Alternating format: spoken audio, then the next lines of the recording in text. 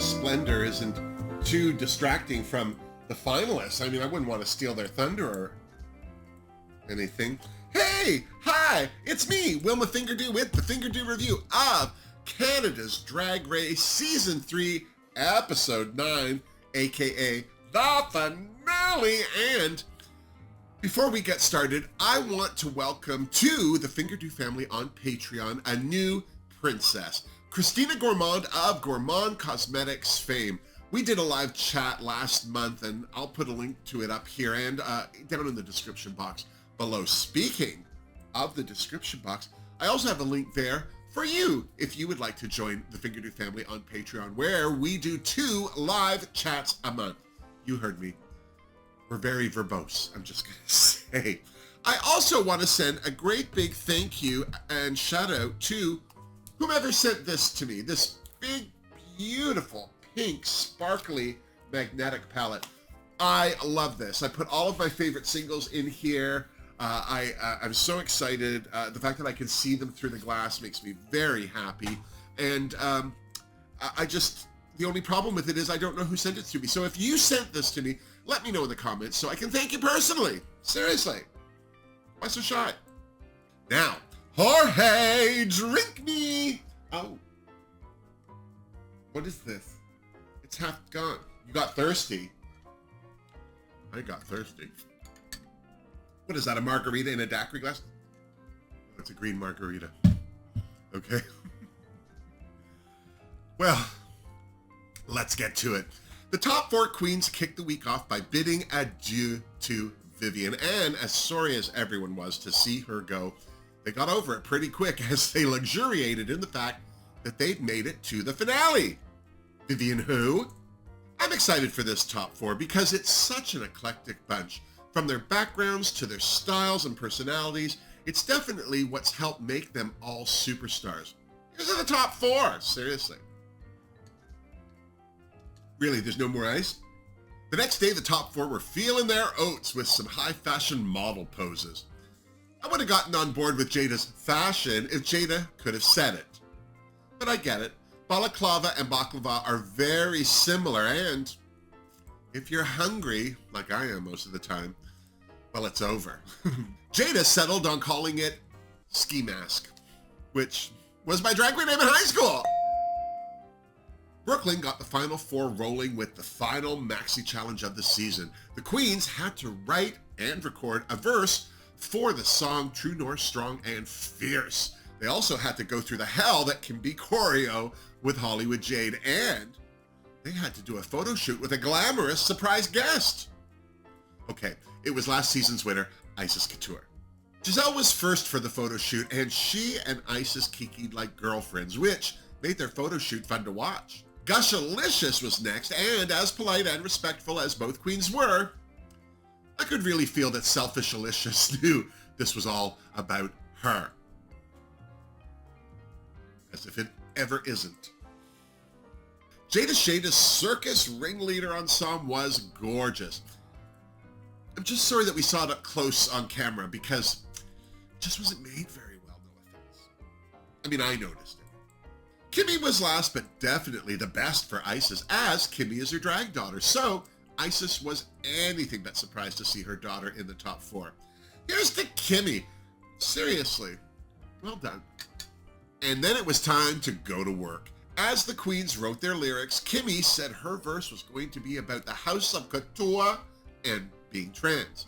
Jada was leaning towards a more inspirational message, while Giselle was going to write about being kind and sweet, some French sprinkled on top for good measure. Gagging for a crown, Amy Crownalicious was going to write about herself. Hey, work with what you know. Then it was off to the main stage to record their fabulous lyrics with Brooklyn Heights. Beyonce Alicious went first. For the most part, she did okay, but for someone who wanted to rap, she had the worst sense of timing. And a 1, and a 2, and a... Kimmy was next. You know, I always find it funny when big personalities get shy, which is what I think happened to Kimmy. Don't get me wrong, dead, Kimmy would still have more life in her than most people, but in front of that microphone, Kimmy was at like 60% instead of her regular 111%. to 11 more. Jada Shada, the one singer in the group, decided to rap her verse too, which made me sad. But then she wailed on that one line and I was happy again. I mean, let's face it, Jada's voice was never going to be the issue. What surprised me was hearing that her purr was too long. Giselle went last, and even though I was braced for her dulcet tones, Giselle's singing wasn't the issue. It was her writing in a second language that seemed to be tripping her up. It was affecting her timing and everything. Thank goodness Brooklyn Heights was there to help with the rewrite. Seriously. But there was no time to linger because it was off right away to choreo with Hollywood J. And HJ wasn't kidding. That choreo was tough. At least for two left feet Alicious it was. Not that she was going to let that stop her. Seriously. Kimmy, on the other hand, had a much better time of it, much to the other queen's chagrin. Jada did really well as well. Well enough to worry Kimmy at any rate. Looks like Miss Hudson has actually turned up. Finally, Jada, seriously. Giselle was next, and I don't know if Hollywood Jade made her choreo harder than Kimmy's or Jada's, but she certainly didn't make it easier. That said, Miss Shada was scared of Giselle. Seriously. Side note, did anyone else catch Giselle's pronunciation of the word focus? God, I love the French. As the final four got ready for their final runway, Giselle asked the queens what they'd learned about themselves this season, and kicked it off by saying she was thrilled to learn she could do a whole season of a TV show in English. Reach for the stars, Giselle. Foot and Mouth Alicious seemed to have had a come to Violet Chachki moment because she said she learned to be cautious of the things she said and how she's coming across. In the words of the other queens, lies! Kimmy learned to push the boundaries of her comfort zone. Wait, did she say her comfort zone or our comfort zone? Because for a self-professed shy girl, she comes off as pretty darn comfortable. Seriously. What I learned is that Kimmy had one of the best pieces of life advice I've ever heard. Ever.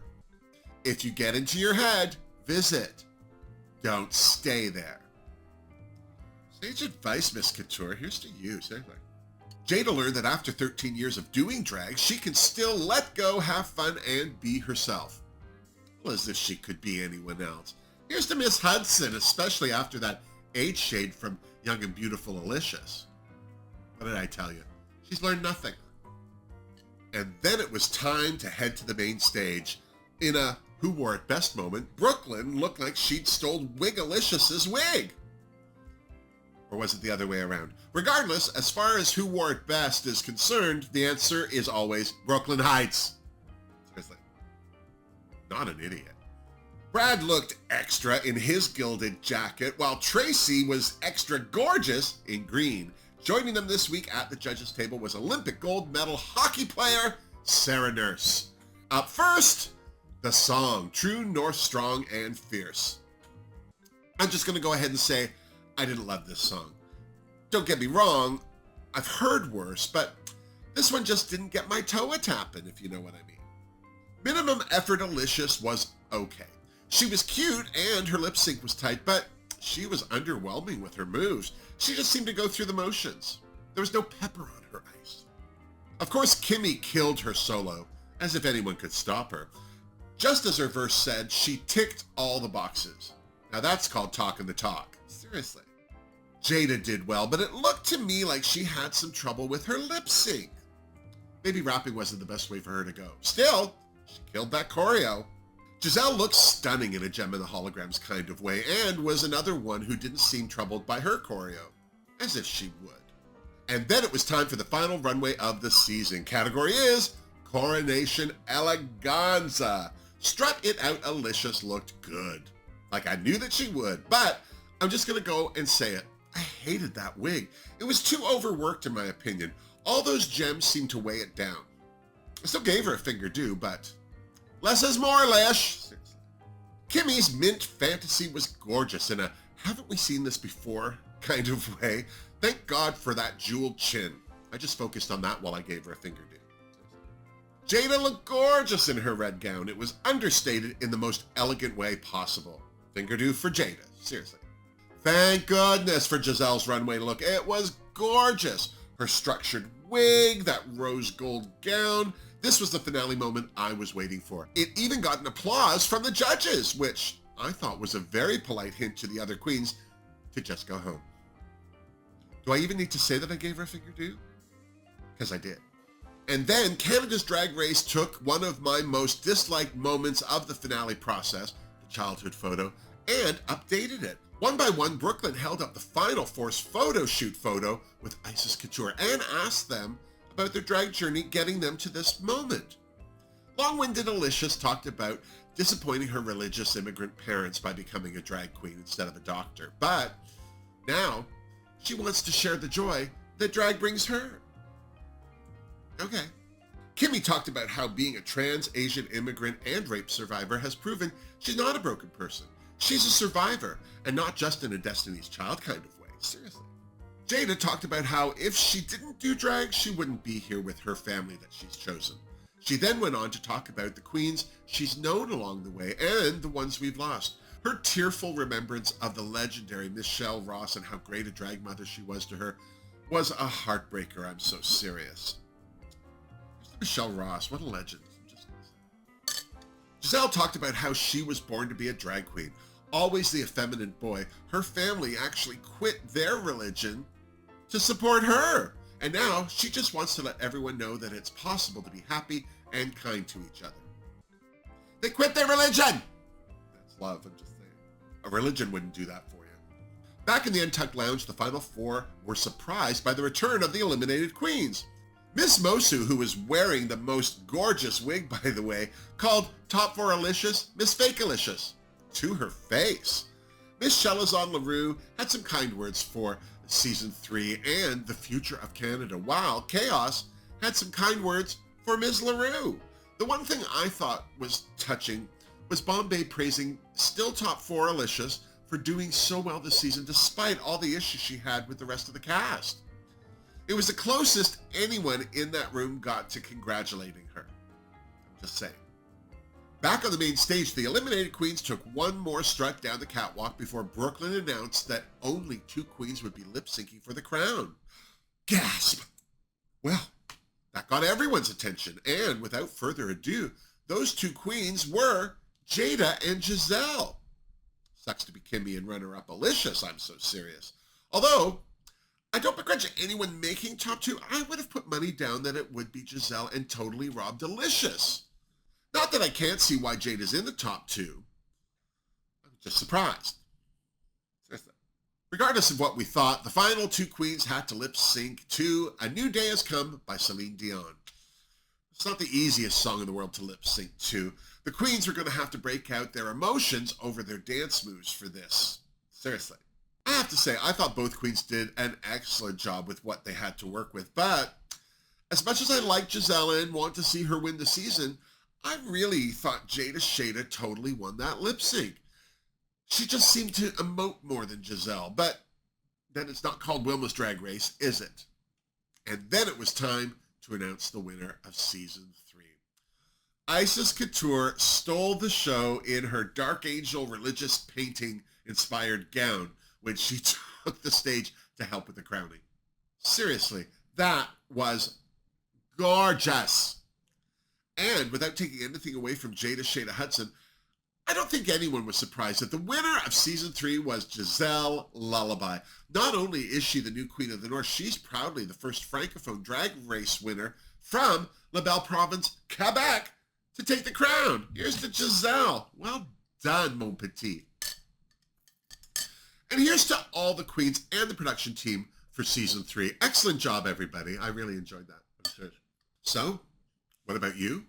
Did you think it was a good season? Did the right queen win? Were the right queens even in the top? I'm glad Giselle won, but to be honest, this season was so much fun, I would have been happy with any of the top 4 winning. And yes, that includes me, Alicious. Well, there you have it. Canada's Drag Race Season 3 done and dusted. I guess the next big thing on the Drag Race horizon is Drag Race UK. I'm super excited about that. I'll have my Meet the Queens up soon, and until then, Don't forget to give this video a thumbs up if you liked it, subscribe to my channel if you haven't, and check out the links in the description box for ways that you can help support me and this channel. Until next time, miss me! Mwah, seriously. Such a good season. I'm not saying I thought that Jada won the season with that lip sync, because, I mean, clearly Giselle had 2 wins over Jada's 1, but good grief. I thought Jada did such a good job. I mean, you could really tell that she wanted to be there. And, you know, good for her. The one thing that a lot of these queens don't realize is that, yeah, you didn't win the title, and yeah, you didn't win the $100,000. And let's be honest, I think most queens are more upset that they didn't win the money. I don't think they much care about the title. But the best thing is getting to be seen. And if you're seen and liked, it doesn't matter if you won. It doesn't matter if you got runner-up or Miss Congeniality or anything, because the people like you and they'll come to your show. And that kind of career longevity is worth more than $100,000. You can't buy that kind of thing. Mind you, if you're a total douche through the whole season, well then, I can't help you. Vivi O'Hara.